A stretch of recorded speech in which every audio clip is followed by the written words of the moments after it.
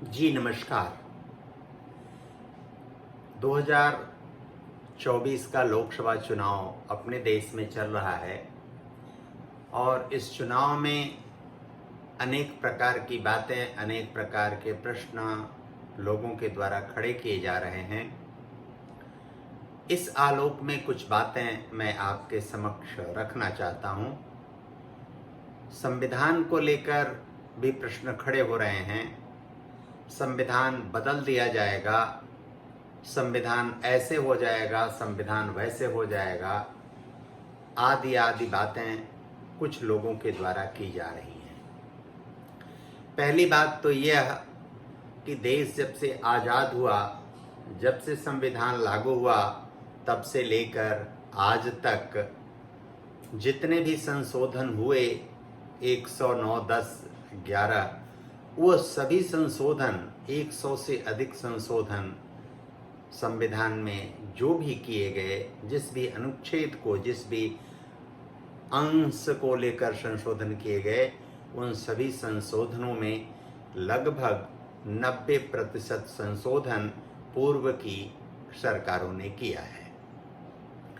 और वर्तमान विचारधारा की जो भी सरकार है, इसका इस संशोधन में 15-18% से अधिक योगदान नहीं है। बहुतायत संशोधन पूर्व की सरकारों ने ही किया है।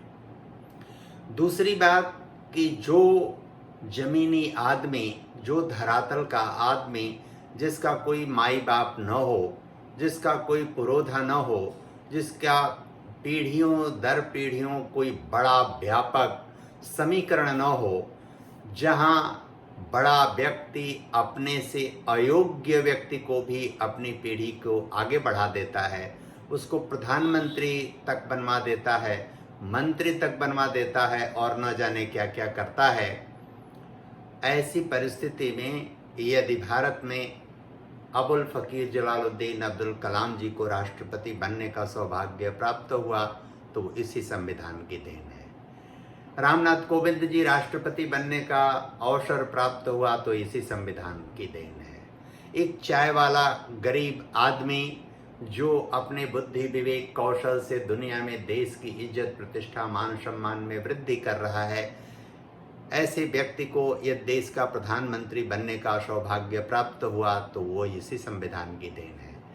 द्रौपदी मुर्मू जी जैसे महिला को, एक शिक्षिका को यदि राज्यपाल और राष्ट्रपति बनने का अवसर प्राप्त हुआ तो वो इसी संविधान की देन है।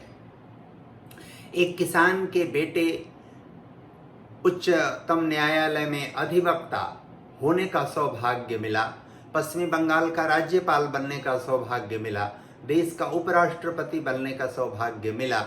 ऐसे व्यक्ति को यदि उपराष्ट्रपति बनने का भी अवसर मिलता है तो वो इसी संविधान की देन है। लोकसभा का अध्यक्ष कोई ऐसा दुर्गम क्षेत्र का व्यक्ति जो बहुत बार न तो सांसद रहा, न तो बहुत मजबूत उसका बैकग्राउंड है, उसकी पृष्ठभूमि ऐसी मजबूत स्थिति वाली नहीं है, ऐसे व्यक्ति को भी यदि लोकसभा का अध्यक्ष बनने का अवसर मिला तो वो इसी संविधान की देन है। जिन वर्तमान परिस्थितियों में महत्वपूर्ण दायित्व पर पहुंचे लोगों को जो अवसर प्राप्त हुआ वो इसी संविधान की देन है। इसी संविधान की देन है कि प्रत्येक व्यक्ति जिसके विषय में जो कुछ चाहता है वो बोल लेता है, कह लेता है, सुन लेता है, समझ लेता है और अपनी भड़ास तक निकाल लेता है। अनेक बार लोग अपशब्दों और अवचनों का, दुर्वचनों का प्रयोग भी कर लेते हैं और वह व्यक्ति की मर्यादा समझें या न समझें, पद की भी मर्यादा नहीं समझते, उसका भी मूल्य नहीं आंकते और संविधान के द्वारा ही प्रदत्त वो पद है, उस पद का भी मूल्य न आंकते हुए संविधान बदल जाएगा, ऐसी काल्पनिक आधारहीन बात करते हैं। संविधान बदलना और संविधान को संशोधित करना ये दो अलग बातें हैं। संविधान बदलने जैसी बात का कहीं कोई सवाल या प्रश्न खड़ा हो नहीं सकता, कम से कम भारत में। लेकिन संविधान संशोधन और संविधान में आंशिक बदलाव की संभावना हमेशा समय, काल, परिस्थिति और व्यक्ति और समाज की आवश्यकता के अनुरूप बनी रहती है।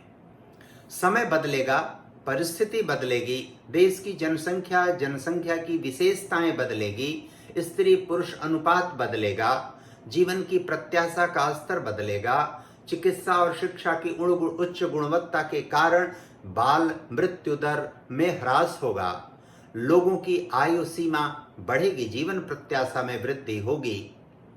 ऐसा यदि समन्वय और समीकरण बदली हुई परिस्थितियों में समय के संदर्भ में यदि होता है तो संविधान में भी वह संशोधन और परिवर्तन आवश्यक होगा। संविधान जब बना तो यह आप और हम सबको पता है कि उस समय दुनिया के दूसरे देशों का जो प्रभाव उस संविधान पर था परिस्थिति जन्य ही था। औपनिवेशिक प्रभाव में अपना देश था। औपनिवेशिक परिस्थितियों के जो संरक्षक और जो कर्ता धर्ता थे उनके द्वारा लागू की गई नीतियों, कार्यक्रमों और नियमों का प्रभाव था।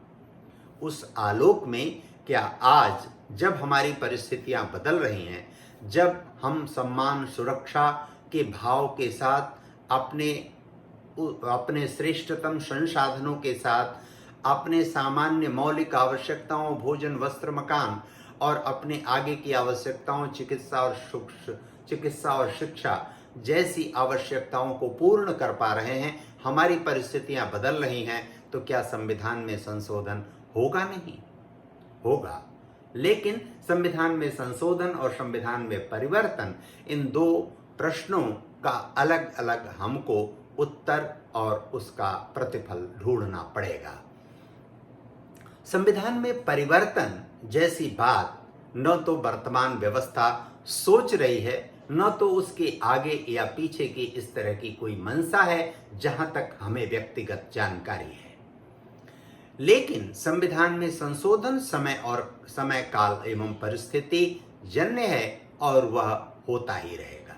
जिन लोगों को यह पीड़ा या दर्द है कि अनुच्छेद 370 समाप्त हो गया, 35A समाप्त हो गया, जम्मू कश्मीर की स्थिति और परिस्थिति बदल गई, इसके आलोक में यदि वो समझते हैं कि संविधान बदल जाएगा, तो वो उनका एक और तीसरे प्रकार का भ्रम है।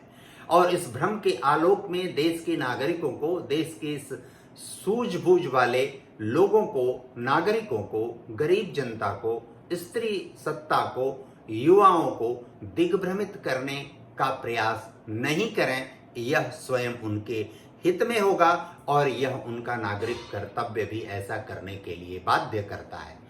यदि वे अपने इस नागरिक कर्तव्य का पालन नहीं करते हैं तो ये तय समझिए कि वो देश के, समाज के, भारतीय नागरिक समाज के वो हित किसी भी रूप में नहीं है यदि इस प्रकार की विद्रूपता फैलाते हैं।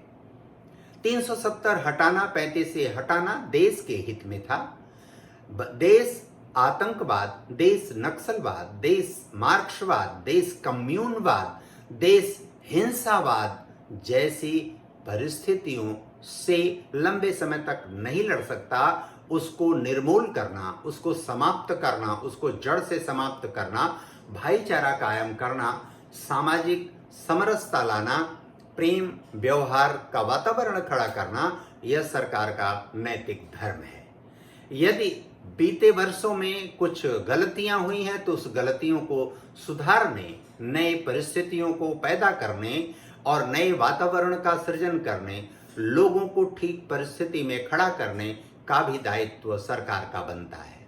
इस स्थिति में यदि किसी के द्वारा कोई भ्रम फैलाया जा रहा है कि संविधान को बदल दिया जाएगा, तो ये भ्रामक दुष्प्रचार है और इस दुष्प्रचार का आशय यह है कि वो संविधान को भी अपने क्षुद्र मानसिकता का लक्ष्य बनाकर उसको भी ऐसी भावना में ले जाना चाहते हैं जहां लोगों का उस पर दृष्टिकोण बड़ा नकारात्मक बन सके। इसलिए जो उनका छिपा हुआ एजेंडा है, उनके कार्य करने की जो कार्यसूची है, उस कार्यसूची में इस तरह की दुष्प्रवृत्तियों, इस तरह की आधारहीन बातों को लाना वो अपना कर्तव्य समझते हैं। हम सब आगाह करते हैं नागरिकों से कि इस दुष्प्रवृत्तियों से बचें।